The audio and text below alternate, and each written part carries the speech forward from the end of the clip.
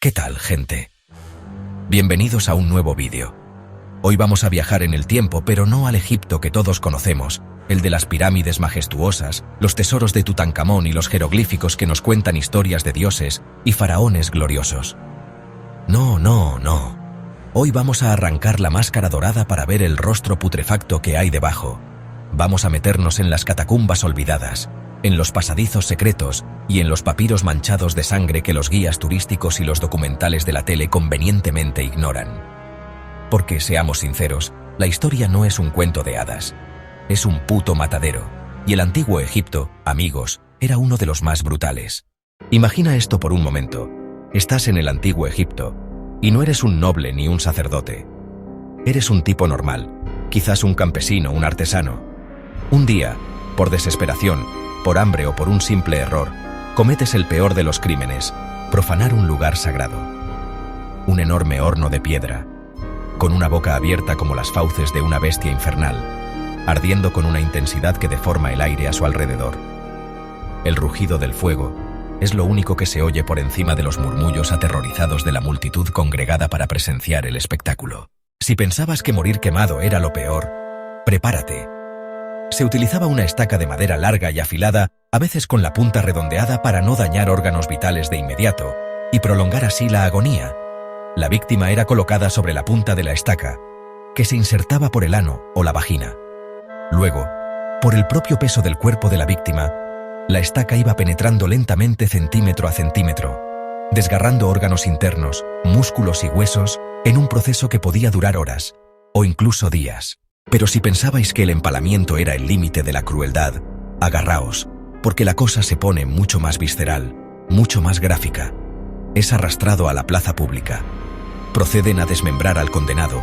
Cada brazo, cada pierna, es separado del torso con una frialdad que hiela la sangre. Los miembros no se entierran ni se desechan. Al contrario, se convierten en trofeos de guerra. Cada parte del cuerpo es llevada a una zona diferente del reino o de la ciudad. Una cabeza podía ser colocada en la puerta de un templo, un brazo colgado en la muralla de una fortaleza fronteriza, una pierna exhibida en el mercado principal. Dejamos atrás la brutalidad de las plazas públicas para adentrarnos en la intimidad silenciosa y desgarradora de las tumbas reales. Hablamos de la momificación de fetos. Cuando una reina o una mujer de la alta nobleza fallecía durante el embarazo, el feto, a veces de apenas unos meses de gestación, era cuidadosamente extraído y sometido al mismo proceso de momificación que su madre. El caso más famoso y conmovedor es el de Tutankamón. Los arqueólogos encontraron dos pequeños sarcófagos antropomorfos en miniatura. Dentro de cada uno yacía la pequeña momia de una niña. Sus hijas, una tenía unos 5 meses de gestación, la otra cerca de los 9.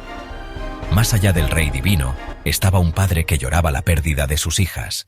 Si pensabais que ya habíamos explorado todos los rincones del terror egipcio, avanzando por el desierto hacia una fortaleza egipcia, a medida que os acercáis, empezáis a ver siluetas en la distancia, apostadas en las murallas o clavadas en estacas frente a las puertas.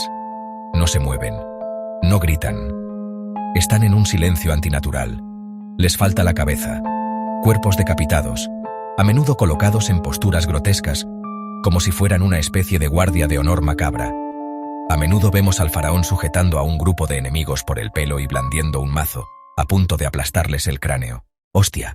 Chavales, agarraos bien porque ahora entramos en el terreno de las leyendas, de esas historias que te cuentan de noche y no te dejan dormir. Hablamos de la famosa maldición de las momias. Se adentra en la oscuridad de una tumba. El aire es denso, huele a polvo milenario y a algo más, a muerte sellada. Cada paso que da resuena en el silencio sepulcral, el oro, las joyas, los tesoros que le esperan. En 1922, Howard Carter y su mecenas, Lord Carnarvon, la descubren. Lord Carnarvon muere de una forma súper extraña. Le pica un mosquito en la mejilla, se corta afeitándose en el mismo sitio, la herida se infecta y adiós muy buenas. En el momento exacto de su muerte, hubo un apagón en todo el Cairo. Vale, ahora vamos a hablar de un método de ejecución que es pura maldad, pura poesía del dolor. Olvídense de la espada o la horca, eso es rápido, es casi piadoso. Los egipcios, en su infinita creatividad para el sufrimiento, A veces recurrían a un verdugo mucho más pequeño, silencioso y letal, el escorpión. No era simplemente soltar a un bicho en una celda. Una ceremonia de muerte cargada de un simbolismo brutal. El escorpión no era un animal cualquiera. Estaba directamente asociado a la diosa Serket. Utilizar sus hijos para ejecutar a alguien era una declaración. El dolor de una sola picadura es agudo, quemante. El veneno empieza a correr por las venas.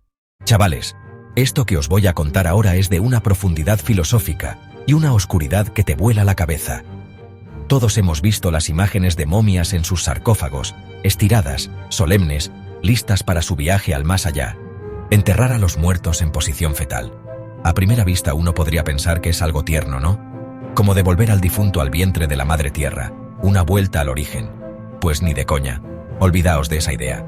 La lógica detrás de esta práctica era retorcida y estaba basada en una visión del renacimiento muy diferente a la nuestra. Nacer era, en sí mismo, un acto traumático. El alma, al llegar a este mundo, llora. Por lo tanto, para que el alma pudiera renacer de verdad en la otra vida, en el campo de juncos, tenía que pasar por un proceso similar. Imaginad el proceso. El cuerpo del difunto era doblado sobre sí mismo, las rodillas apretadas contra el pecho, los brazos cruzados, la cabeza inclinada. A veces tenían que romper huesos o cortar tendones para poder colocar el cuerpo en esa posición tan compacta. Lo metían en una fosa poco profunda en la arena del desierto, sin sarcófago, a menudo envuelto solo en una estera de juncos o una piel de animal.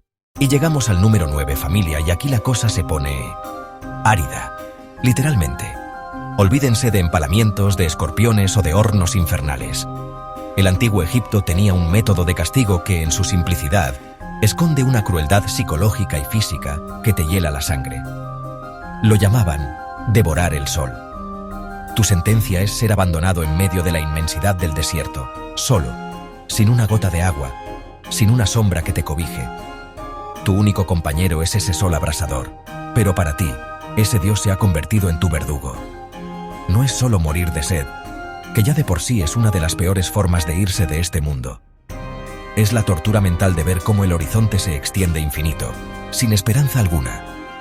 Cada duna es igual a la anterior, un mar de arena que se burla de tu desesperación. Durante el día, el calor es tan intenso que sientes como la piel se te cocina, como cada gota de sudor es un tesoro que se evapora al instante. Y llegamos al final de nuestro top, el número 10.